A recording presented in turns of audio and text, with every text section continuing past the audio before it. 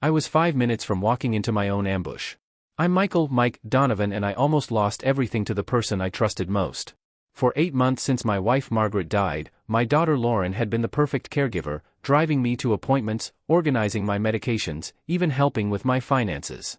What I didn't know was that she had been quietly building a legal case to have me declared mentally incompetent, and on Sunday, October 15, 2024, she was minutes away from succeeding. But grief doesn't make you stupid, and 40 years in tech teaches you to recognize patterns, even when they're wrapped in hugs and homemade casseroles. My phone rang at 4:47 p.m. on October 15, 2024. Richard Caldwell, my lawyer and former business partner, his voice was pure steel. "Mike, turn around now. Don't go to that dinner. If you're watching this, please subscribe and let me know where you are watching from. This story could save someone you love. Let me tell you how a Sunday dinner invitation became the most important phone call of my life. After Margaret died in March, I'll admit I wasn't myself. 43 years of marriage don't end quietly. I'd forget appointments, lose my keys, stand in the kitchen wondering why I'd walked in there. Lauren noticed everything. "Dad, you missed your cardiology appointment again." She'd say it with that concerned daughter voice, but I caught her making notes on her phone. "Dr. Peterson thinks you should consider some support. Dr. Stephen Caldwell, Lauren's friend from her pharmaceutical company networking events."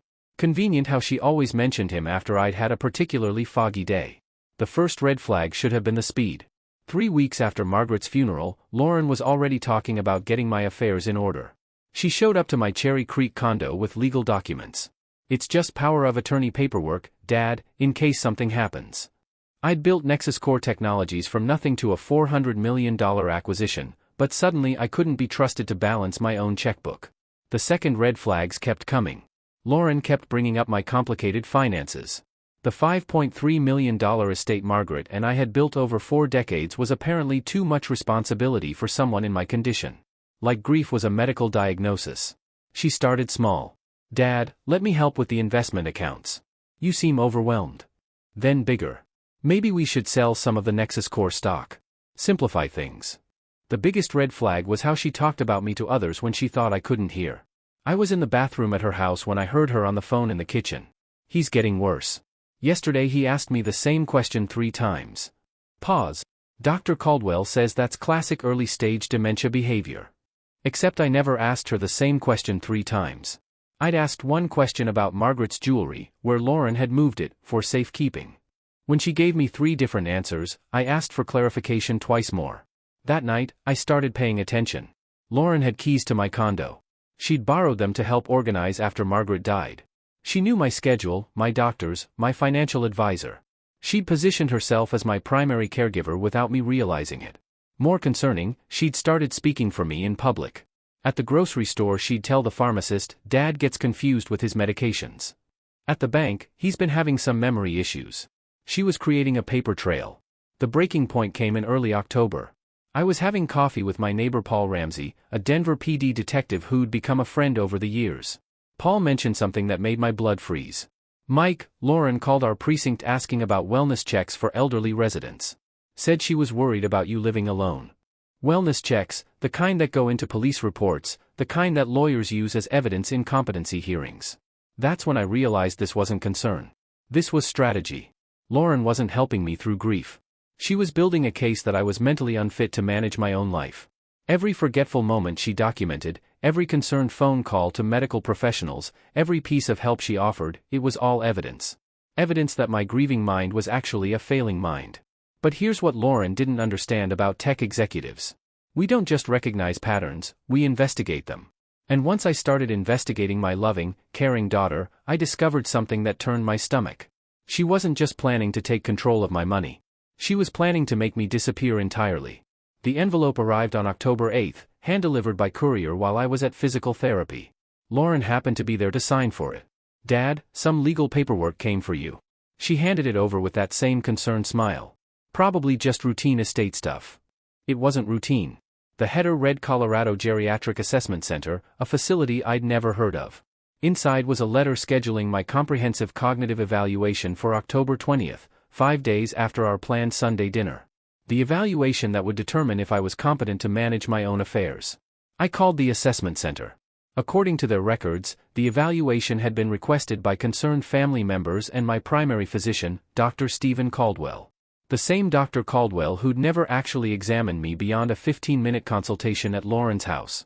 The same consultation where Lauren had mentioned repeatedly how confused I'd been lately. I hung up and did the math. If that assessment went forward, I had maybe a week before Lauren could petition for emergency conservatorship. In Colorado, that process can happen fast when there's immediate risk to the person's well-being. The financial stakes were staggering. My Nexus Core stock alone was worth $3.2 million. Add Margaret's life insurance payout of $2.1 million, our real estate holdings, retirement accounts, and liquid investments. Lauren was positioning herself to control $5.3 million. But it wasn't just the money.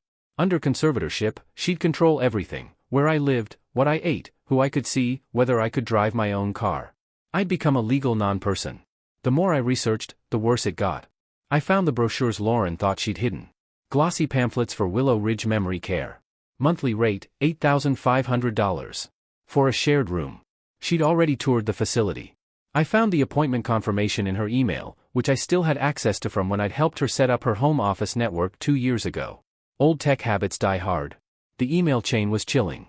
Lauren discussing move-in timelines and asset liquidation to cover long-term care costs. She'd calculated that my estate could cover 24 years at Willow Ridge Memory Care, assuming moderate lifestyle adjustments. Moderate lifestyle adjustments like selling my home, liquidating my investments, giving up every piece of independence I'd earned over 40 years of work. But the email that made me physically ill was from October 5, Lauren writing to her husband Brian, "Once the conservatorship goes through, we can finally buy that house in Vail. Dad's estate will cover Mom's care costs indefinitely, and we'll have the freedom to live our lives."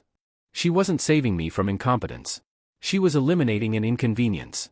The legal research was sobering. Colorado conservatorship law favors family members who can demonstrate immediate need. With a doctor's recommendation and evidence of declining capacity, the process could be completed in weeks. Dr. Caldwell's assessment would recommend immediate intervention. Lauren's documented concerns would support urgent action. My confusion about finances would justify emergency measures, and once the conservatorship was established, reversing it would be nearly impossible. I'd need to prove competence while having no legal standing to hire my own lawyer or access my own funds. The perfect trap. Lauren had thought of everything. She had positioned herself as the devoted daughter managing her father's decline. She had medical backing from a licensed psychiatrist. She had documentation of my concerning behavior going back months. What she didn't have was the truth. Because while Lauren was building her case, I was building mine. Every conversation with Dr. Caldwell I'd recorded on my phone. Every concerned phone call to my bank or doctors I'd verified with follow-up questions that revealed the inconsistencies. Most importantly, I'd hired a private investigator. In September, when Lauren's behavior started feeling more like surveillance than support, I'd contacted Karen Walsh-Brennan, former Nexus Core board member, current FBI forensic accountant, and someone who understood how financial elder abuse worked.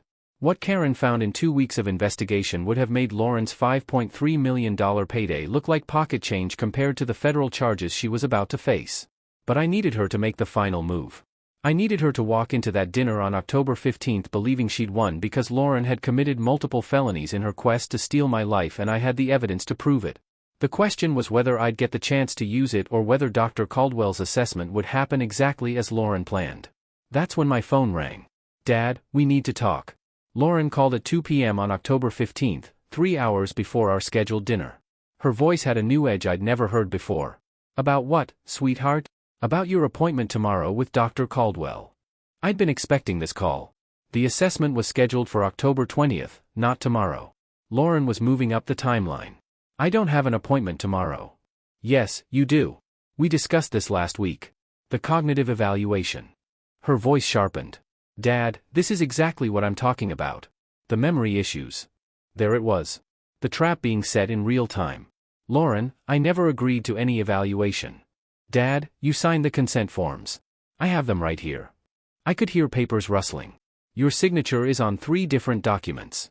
Signatures I'd never written on forms I'd never seen. "I'd like to see those documents."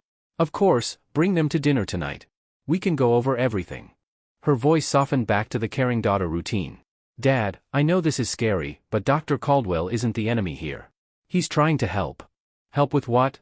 "With getting you the support you need before something bad happens." What kind of bad thing? Silence for 10 seconds. Then, Dad, yesterday you called me asking where Mom's jewelry was. I told you it was in the safe deposit box. Then you called again 20 minutes later asking the same question. I called once. You called 3 times. Check your phone log. Another pause.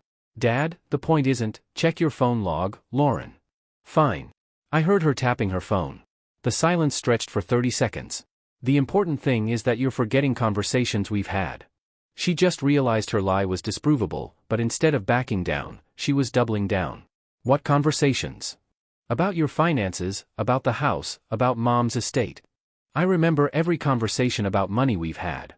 Dad, you told me last week you couldn't remember your Nexus Core stock options. I never said that. Yes, you did. When we were discussing your portfolio, Lauren, my Nexus Core options vested in 2019. They're worth $3.2 million as of last Friday's close. They're in my E-Trade account.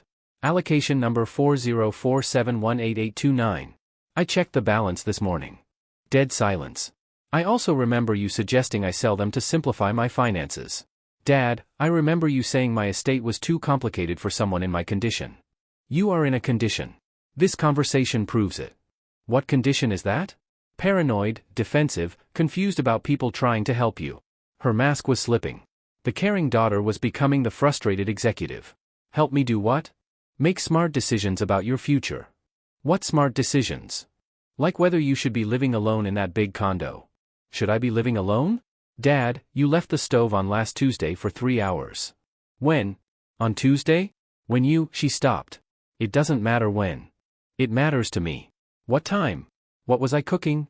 Dad, you're proving my point. You can't remember dangerous incidents. I didn't leave the stove on, Lauren. Yes, you did. I came over and found it. You came over without calling. I was worried about you. Why were you worried? Because of incidents like this. We were going in circles, but I was learning something crucial. Lauren couldn't provide specifics for any of her claims. Every concerning incident was vague, undated, unverifiable, because they weren't real. Lauren, let me ask you something directly. Okay. Are you trying to have me declared mentally incompetent? Dad, that's a horrible thing to ask. It's a yes or no question. I'm trying to help you get appropriate care. That's not what I asked. Dad, tomorrow's evaluation isn't about competency. It's about care planning. Dr. Caldwell isn't a care planner. He's a geriatric psychiatrist who specializes in competency evaluations. Silence. Lauren, how do you know that? I researched him like I research everyone I'm supposed to trust. Dad, this paranoid behavior, what's paranoid about researching a doctor? The way you're questioning everything, everyone, like we're all conspiring against you. Are you, Dad? Are you conspiring against me? I'm trying to protect you, from what? From making mistakes that could hurt you. What mistakes? Financial mistakes. Safety mistakes. Medical mistakes. Give me one example. Dad. One specific example of a mistake I've made. The line went quiet for almost a minute. Lauren. Dad, we'll discuss this tonight at dinner. I'd like to discuss it now. Tonight. With Dr. Caldwell there to help explain things. Dr. Caldwell would be at dinner. This wasn't a family meal anymore. Will anyone else be there? Just family and Dr. Caldwell and maybe Jennifer from Adult Protective Services. Adult Protective Services. The final piece of Lauren's trap. Why would APS be there? They've received some calls about your welfare. What kind of calls? Concerned citizen reports about an elderly man who might need assistance. Concerned citizen reports from Lauren. Lauren, let me ask you one more question. Okay. Do you love me? The longest pause yet. Dad, of course I love you. That's why I'm doing this. But she'd hesitated just 3 seconds. Enough. I'll see you at dinner, sweetheart. Dad, please don't make this harder than it needs to be. Make what harder? Click. She'd hung up. And in that last sentence, Lauren had finally told the truth. She wasn't helping me. She was taking me down. Tonight, after Lauren hung up, I sat in my Tesla for 20 minutes thinking through 40 years of business relationships. People underestimate what retired tech executive means in Denver. They see a 64-year-old widower forgetting his car keys and assume he's lost his network along with his memory. They forget that Nexus Core wasn't just another startup. We'd built authentication software for 3 federal agencies and 12 Fortune 500 companies. Our board meetings weren't just about profit margins. They were about national cybersecurity. When you build that kind of company, your contacts don't disappear when you retire. Richard Caldwell, for instance, my business partner for 15 years, now sitting on the federal bench for the District of Colorado. We still had coffee twice a month to discuss tech policy and judicial precedents. Richard knew Lauren. He'd watched her grow up.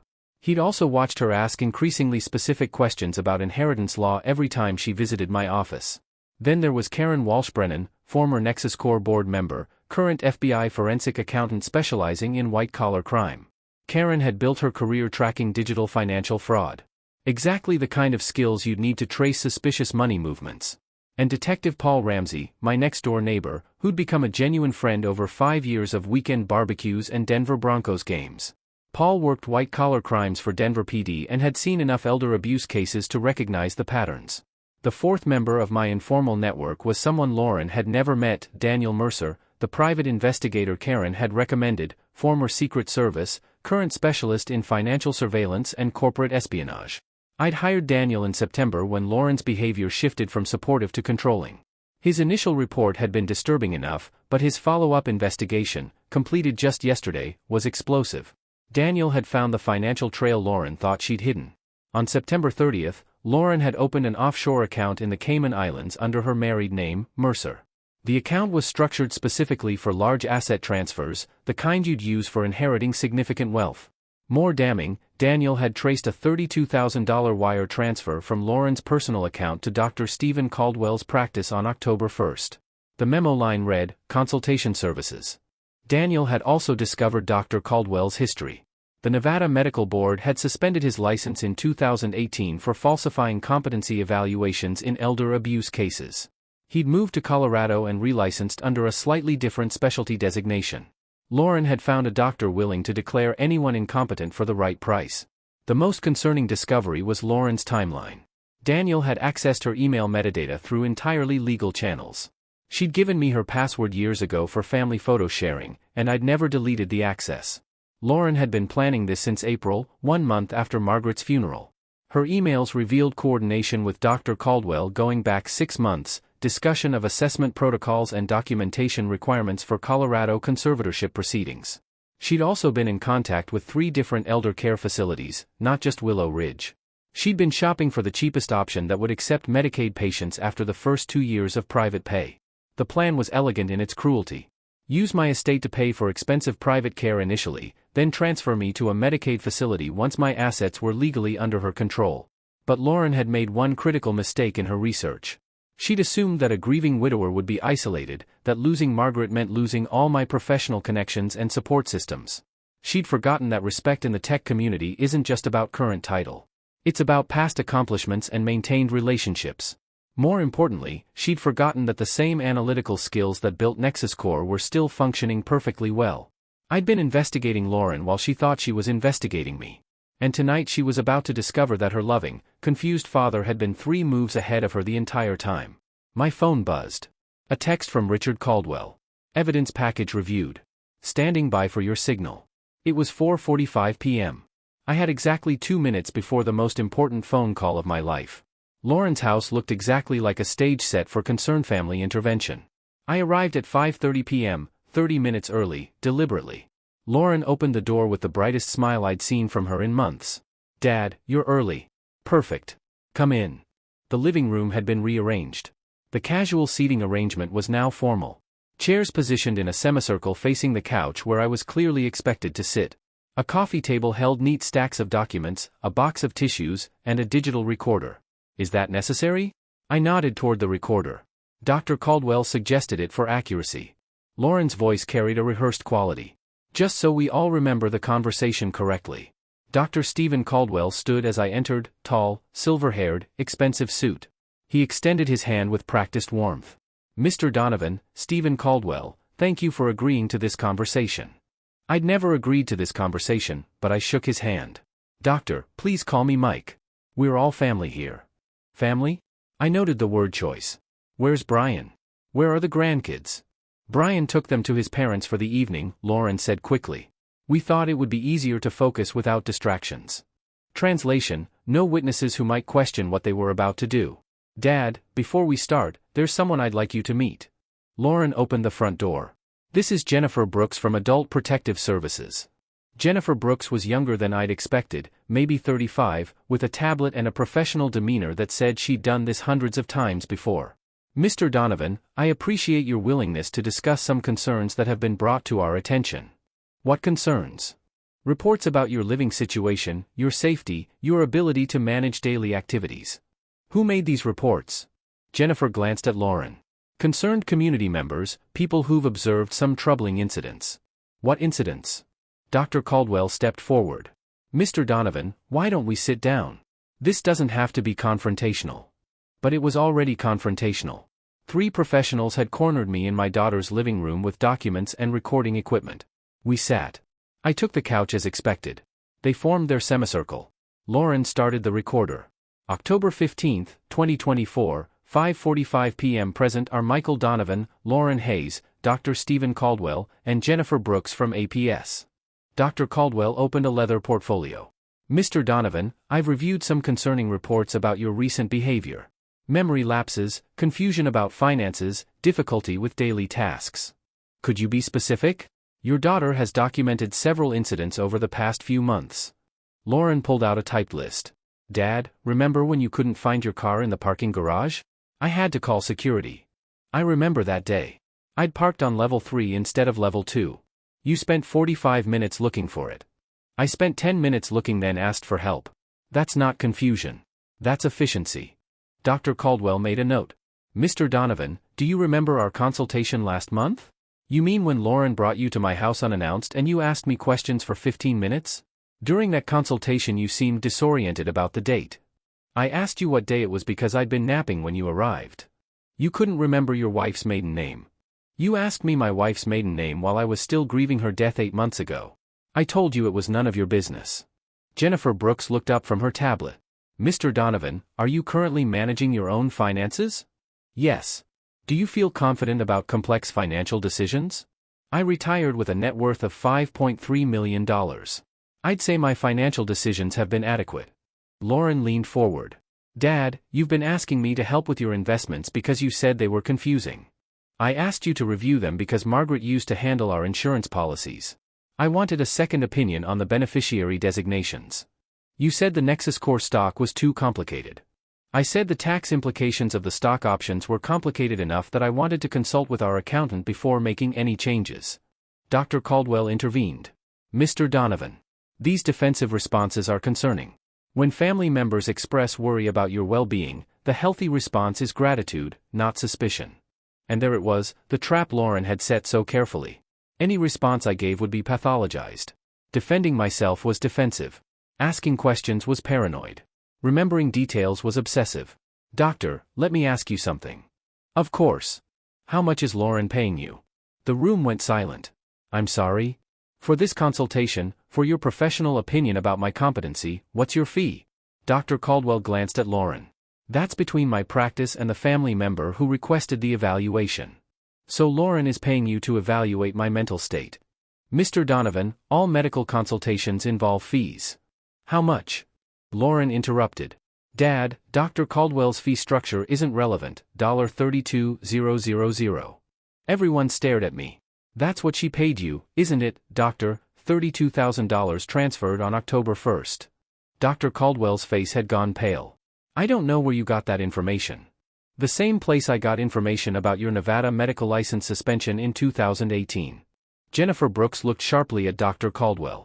License suspension for falsifying competency evaluations in elder abuse cases, I continued, specifically declaring elderly patients incompetent in exchange for payments from family members seeking conservatorship. The room had gone completely quiet. Lauren found her voice first. Dad, these paranoid accusations are documented facts along with your Cayman Islands bank account opened September 30th under your married name. Lauren's face went white. And your emails to 3 different memory care facilities shopping for the cheapest Medicaid option after the first 2 years of private pay. Dr. Caldwell started to stand. I think we should reschedule. And the fact that you've been planning this since April, 1 month after my wife died. Jennifer Brooks was typing furiously on her tablet. Mr. Donovan, these are very serious allegations. They're very serious crimes. Lauren's voice cracked. Dad, you're sick. You're making up conspiracy theories. Am I? I pulled out my phone. Should I play the recording of your phone conversation with Dr. Caldwell from last Tuesday? Dead silence. The one where you discussed moving up the evaluation timeline because I was asking too many questions about the missing jewelry. Lauren was shaking. How did you, or should I show everyone the wire transfer receipts? Dr. Caldwell was already moving toward the door. This conversation is over. No, I said quietly. This conversation's just beginning. That's when my phone rang. Richard Caldwell's name on the screen. The call I'd been waiting for. Excuse me. I need to take this. I put the phone on speaker so everyone could hear. Mike, this is Richard. Turn around now. Don't go to that dinner. Actually, Richard, I'm already at the dinner with Dr. Caldwell, Lauren, and someone from Adult Protective Services. Perfect. Jennifer, this is Federal Judge Richard Caldwell. I need you to maintain the current scene for federal investigators. No one leaves that house. Jennifer Brooks looked confused. Judge Caldwell, I don't understand. Jennifer, you're about to witness the conclusion of a federal investigation into elder abuse, wire fraud, and conspiracy to commit guardianship fraud. Dr. Caldwell made a move toward the door. I stood up. Doctor, I wouldn't leave if I were you. It'll just make things worse. Lauren was staring at the phone. Dad, what's happening? What's happening, sweetheart? Is that you're about to face the consequences of stealing from your family? Richard Caldwell's voice continued through the speaker. Mike, is the recording device still running? Lauren's recorder was still capturing everything. Yes. Good. Jennifer, please note that Mr. Michael Donovan appears completely competent and has been conducting a complex investigation for the past 6 weeks. Lauren Hayes and Dr. Stephen Caldwell, you are both subjects of an active federal investigation. I walked to Lauren's laptop sitting open on the kitchen counter. Her email was still logged in. Lauren, should I read your email from October 5th to Brian? The one about buying the house in Vail once Dad's estate covers Mom's care costs. Lauren started crying. Dad, I was trying to help. Help who? Because according to your emails you calculated that my estate could cover 24 years of memory care at $8,500 per month, assuming moderate lifestyle adjustments. I clicked to another email. Or this one to Willow Ridge Memory Care asking about their transition protocols for patients who resist placement initially. Dr. Caldwell tried again to leave. Jennifer Brooks blocked his path. Doctor, please remain seated. I opened my laptop bag and pulled out a thick folder. Jennifer, I'd like to show you the evidence I've been gathering. The first document was a bank statement. This shows an unauthorized transfer of $890,000 from my joint account with Lauren to her personal account on September 28. Lauren's voice was barely a whisper. That wasn't unauthorized. You gave me power of attorney. I never gave you power of attorney. You forged my signature. I handed Jennifer another document. This is handwriting analysis comparing my actual signature to the signature on the documents Lauren claims I signed. Jennifer studied the comparison. These signatures are clearly different. The next folder contained phone records. These show 17 calls between Lauren and Dr. Caldwell over the past 6 weeks, including 3 calls lasting over an hour, all discussing strategies for my evaluation. Dr. Caldwell's voice was tight. Those were legitimate medical consultations, with a doctor who's never examined me about a patient who never consented to treatment. I pulled out another document. This is Dr. Caldwell's disciplinary record from Nevada. 3 cases of falsified competency evaluations, payments ranging from $15,000 to $50,000. Jennifer was taking notes rapidly. Mr. Donovan, how did you obtain this information? I hired a private investigator, former Secret Service. When your daughter starts asking specific questions about conservatorship timelines, you pay attention. Lauren stood up suddenly. This is insane. Dad, you're sick. You need help. Lauren, sit down. She stopped. Something in my voice was different. The quiet, grieving widower was gone. The only help I need is protection from your criminal conspiracy. I opened the final folder. Jennifer, this contains email evidence showing that Lauren has been planning to institutionalize me since April. She's researched Colorado conservatorship law, contacted multiple eldercare facilities, and established offshore accounts for asset transfer. That's not illegal. It is when combined with forged documents, fraudulent medical evaluations, and wire transfers made under false pretenses. My phone buzzed. A text from Karen Walshbrennan. FBI en route. ETA 3 minutes. I showed the text to everyone. Lauren, in about 3 minutes federal agents are going to arrive at your house with warrants for wire fraud, elder abuse, and conspiracy charges. Lauren collapsed back into her chair. Dad, please. I'm your daughter. You were my daughter until you decided I was worth more to you dead than alive. Dr. Caldwell tried one more time to negotiate. Mr. Donovan, I think we can resolve this without involving federal agencies. Doctor, you charge $32,000 to declare a mentally competent man incompetent. That's fraud. When it's done to facilitate stealing someone's life savings, it's a federal crime. Jennifer Brooks looked around the room. Mr. Donovan, I need to report that you appear completely competent to manage your affairs. In fact, you've conducted a sophisticated investigation that demonstrates advanced analytical capabilities. Thank you, Jennifer. For the record, I want to state clearly, I never authorized Lauren to access my accounts. I never requested a competency evaluation. I never agreed to any care placement. Every claim to the contrary is documented fraud. The sound of cars pulling into the driveway made everyone look toward the window. Lauren started crying harder. Dad, I love you. I was scared you'd lose everything. You were scared you'd have to wait for me to die naturally to inherit everything. That's not true. Lauren. Your emails discuss my life expectancy. You calculated how long my money would last at different care facilities. You researched the legal timeline for asset transfer after conservatorship. This wasn't about love. This was about math. The doorbell rang. Jennifer Brooks went to answer it. 2 FBI agents entered, followed by Detective Paul Ramsey and a woman I recognized as Federal Prosecutor Claire Morgan. Agent Carter introduced himself to the room. We have warrants for Lauren Hayes and Dr. Stephen Caldwell for wire fraud, elder abuse, conspiracy to commit guardianship fraud, and forgery. Dr. Caldwell stood slowly. I'd like to call my attorney. You'll have that opportunity at the federal building, Agent Carter replied. Lauren looked at me one last time. Dad, please don't let them arrest me. I looked at my daughter, the little girl I'd taught to ride a bicycle, walked down the aisle at her wedding, held when she cried over teenage heartbreaks, and felt nothing but profound sadness. Lauren, you tried to steal my life, not just my money, my freedom, my dignity, my ability to make my own choices. You were going to put me in a facility and visit me on weekends while you spent my money on houses in Vail. I was trying to protect you. You were trying to eliminate me. Agent Carter placed handcuffs on Lauren as she sobbed. Lauren Hayes, you are under arrest for wire fraud and elder abuse. As they led her out, Lauren turned back. Dad, this will destroy our family. No, sweetheart. You already did that. The house went quiet after they left. Just me and Jennifer Brooks and the remains of what had been an hour ago Lauren's perfect trap. Mr. Donovan, Jennifer said quietly. I'm very sorry this happened to you. So am I, Jennifer. So am I. The FBI moved fast. Within 2 hours they'd frozen Lauren's accounts, seized Dr. Caldwell's files, and recovered $847,000 of the $890,000 she'd transferred. The remaining $43,000 had been spent on legal consultation fees. Ironic considering she'd need much better lawyers now. Agent Carter briefed me at the federal building while Lauren and Dr. Caldwell were being processed. Mr. Donovan, this case is going to be straightforward. Wire fraud across state lines, conspiracy to commit elder abuse, forged legal documents. We have everything we need. What kind of sentences are we looking at? Wire fraud alone carries up to 20 years. With the elder abuse enhancement and conspiracy charges, Dr. Caldwell could see 15 to 20. Your daughter, as a first offender, probably 7 to 12. 7 to 12 years. Lauren's plan to steal my life was going to cost her most of her own. The restitution process will begin immediately, Agent Carter continued.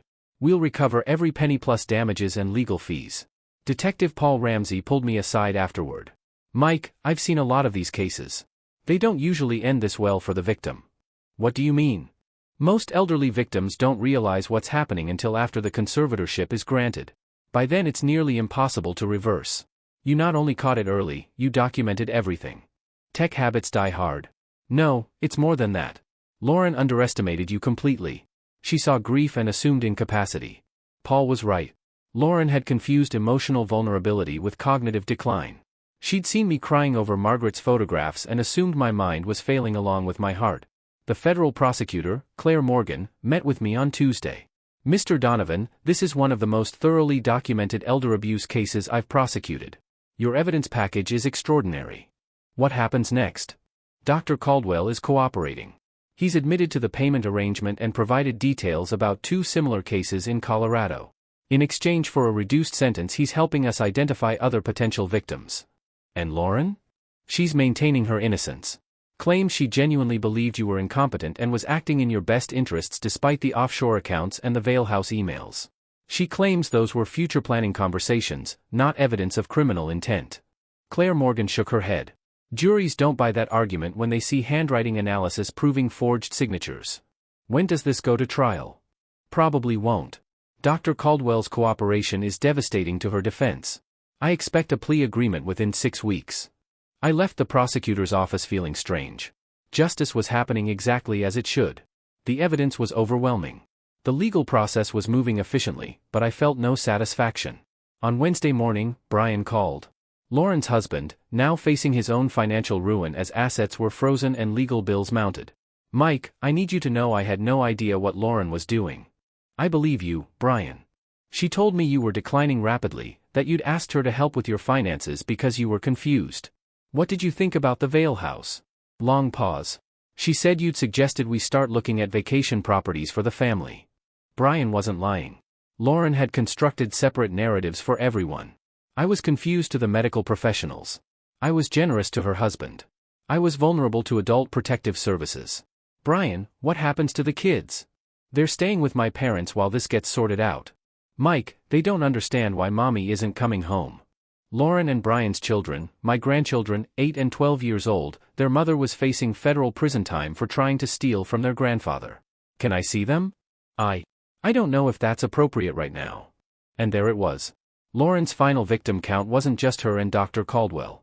It was Brian, the kids, our extended family, our family friends who'd have to choose sides. The ripple effects of her betrayal would last decades. On Thursday, Karen Walsh-Brennan called with the final financial assessment. Mike, we've recovered all but $43,000 of your money. The offshore account is closed. Lauren's assets are frozen pending restitution. What about her house? They'll probably have to sell it to cover legal fees. Brian's income alone won't carry the mortgage.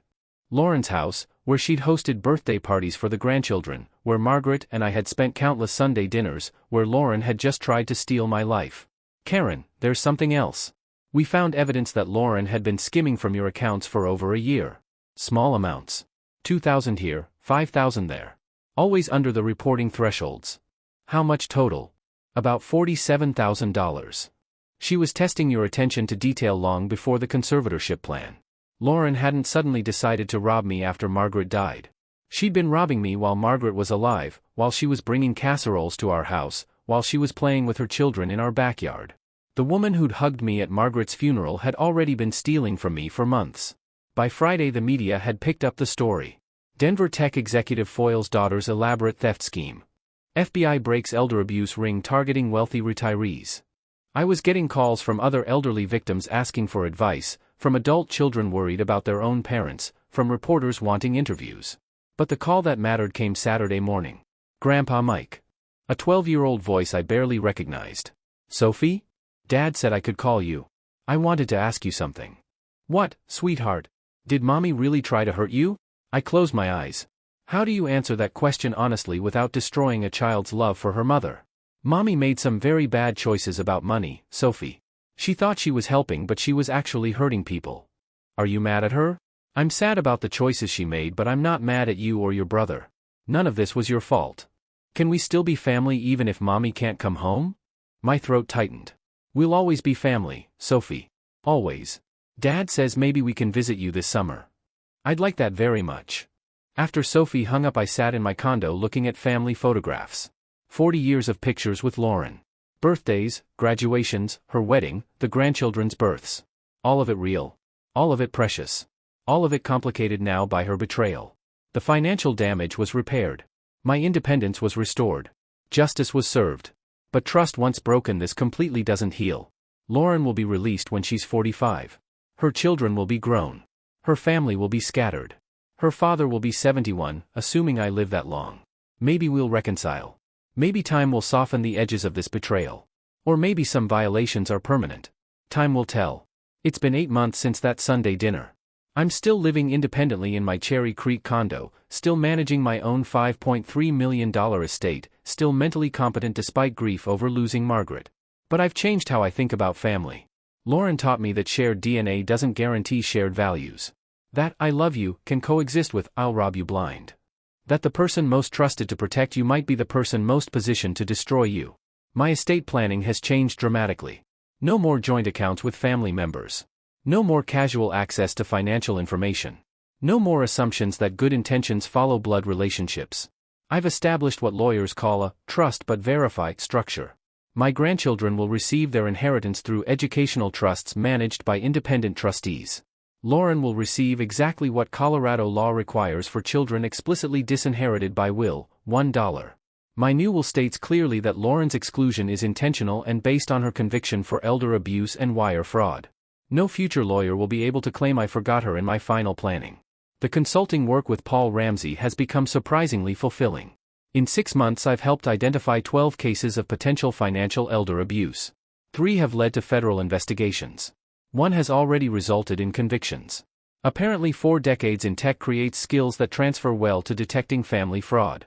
Pattern recognition, documentation protocols, evidence preservation, it's all the same analytical process, just applied to relatives instead of hackers. Karen Walsh-Brennan invited me to speak at an FBI conference next month about technological approaches to elder abuse detection. The irony of Lauren's attempted theft launching my second career as a fraud investigator isn't lost on me. But the most important change is emotional. I've learned to distinguish between healthy vulnerability and dangerous naivete. Grief didn't make me incompetent. It made me human. The difference matters. I miss Margaret every day. I still cry looking at her photographs. I still get confused about whether to buy 1 box of cereal or 2 at the grocery store. None of that makes me unfit to manage my own life. Lauren confused emotional pain with cognitive failure. She saw tears and assumed dementia. She witnessed grief and diagnosed incompetence. Her mistake was thinking that feeling deeply meant thinking poorly. My new relationships reflect this understanding. I've started dating again. Nothing serious, just coffee with women my age who've also lost spouses. We share the strange territory of rebuilding life after losing your partner of 4 decades. These women understand that missing your deceased wife doesn't mean forgetting how to balance a checkbook, that crying during sad movies doesn't indicate declining mental capacity, that needing companionship isn't the same as needing supervision. Sophie calls me twice a month. Her brother, Liam, now 13, has started calling too. We talk about school, sports, their life in Wisconsin. I send birthday presents and Christmas gifts. We're planning a summer visit. Their mother's choices damaged our family, but they didn't destroy it. Lauren will remain their mother forever. I will remain their grandfather forever. Love and justice can coexist, even when they're complicated. Brian and I have developed an unexpected friendship. He sends me photos of the children, keeps me updated on their activities, asks for advice about parenting teenagers whose mother is in federal prison. Neither of us mentions Lauren much. Some wounds need time before they can be discussed. The lesson I want to leave you with is this: trust your instincts about family, especially when money is involved.